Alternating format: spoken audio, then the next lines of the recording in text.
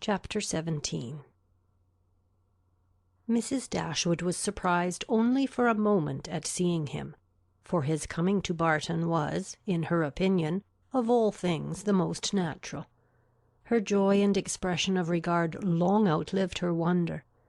He received the kindest welcome from her, and shyness, coldness, reserve could not stand against such a reception.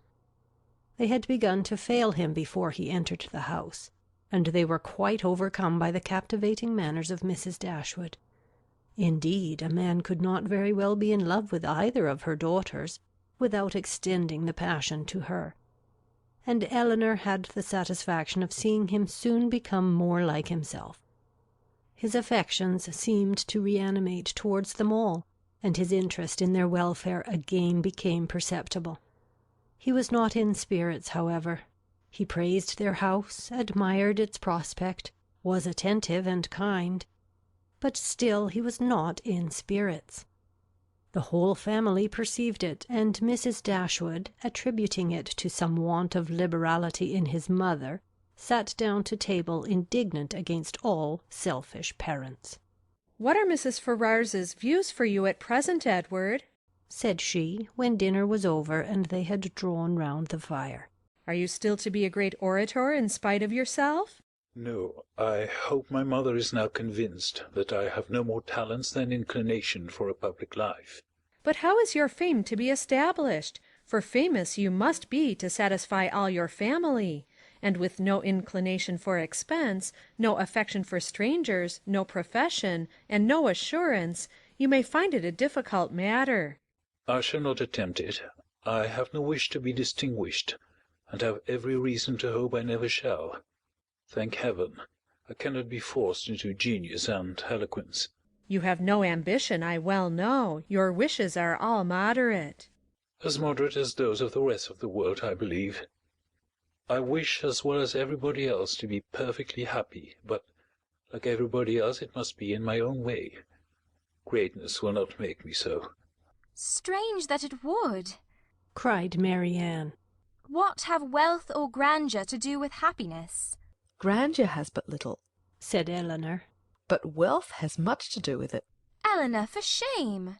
said Marianne. "Money can only give happiness when there is nothing else to give it.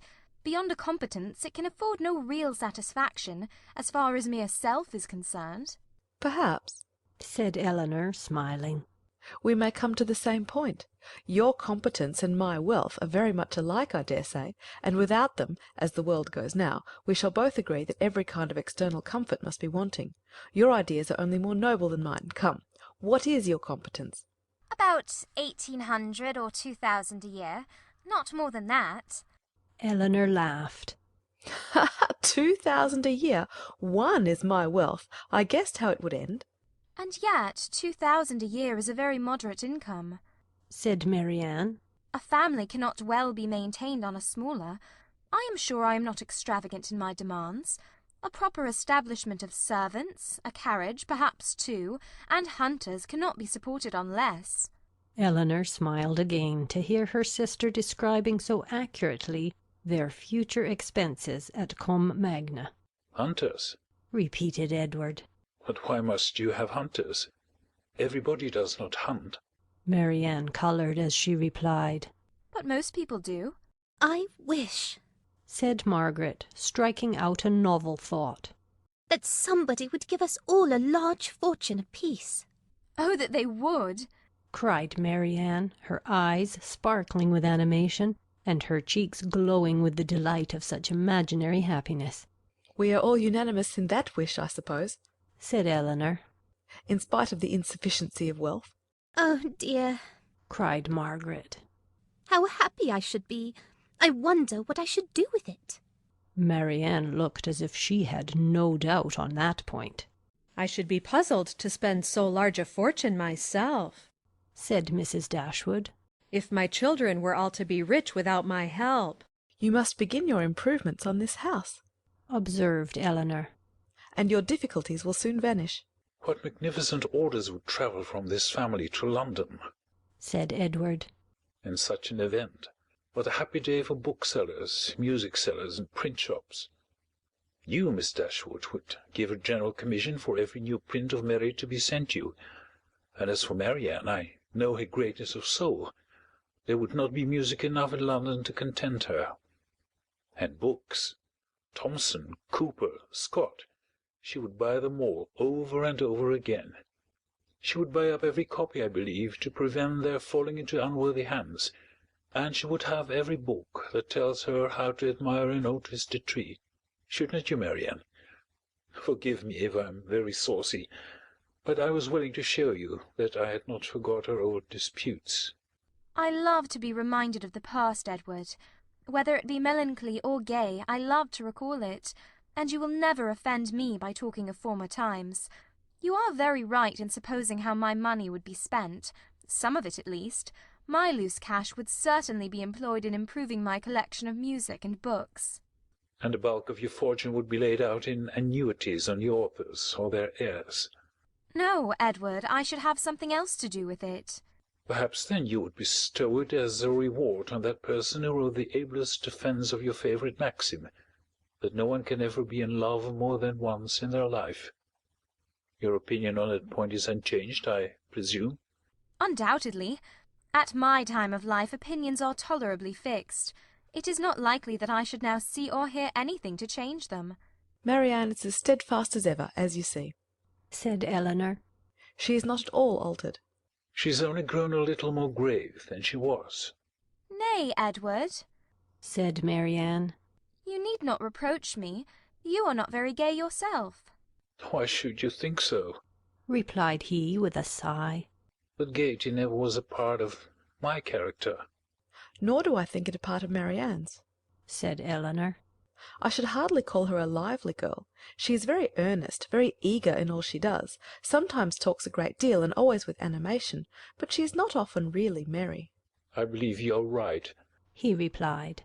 And yet I have always set her down as a lively girl. I have frequently detected myself in such kind of mistakes, said Elinor.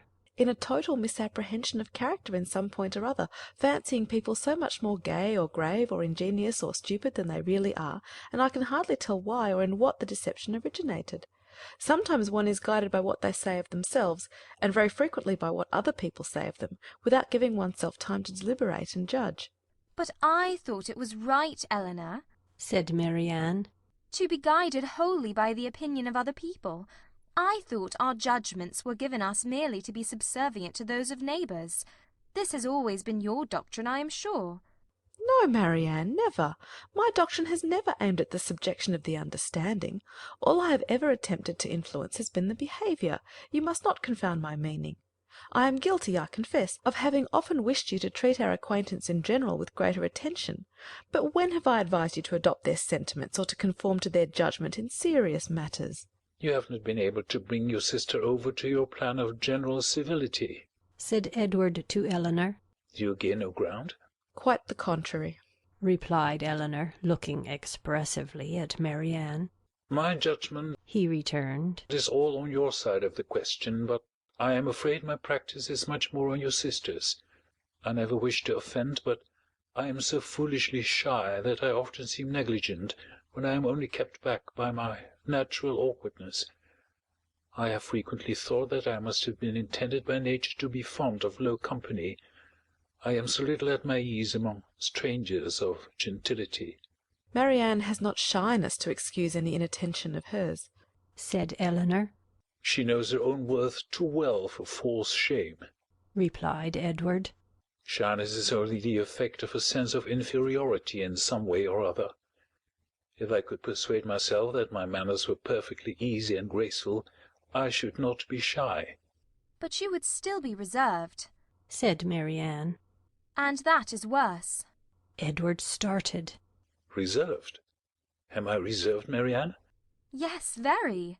I do not understand you, replied he, colouring. Reserved? How? In what manner? What am I to tell you? What can you suppose? Elinor looked surprised at his emotion, but trying to laugh off the subject, she said to him, Do you not know my sister well enough to understand what she means? Do you not know she calls every one reserved who does not talk as fast and admire what she admires as rapturously as herself? Edward made no answer. His gravity and thoughtfulness returned on him in their fullest extent, and he sat for some time silent and dull.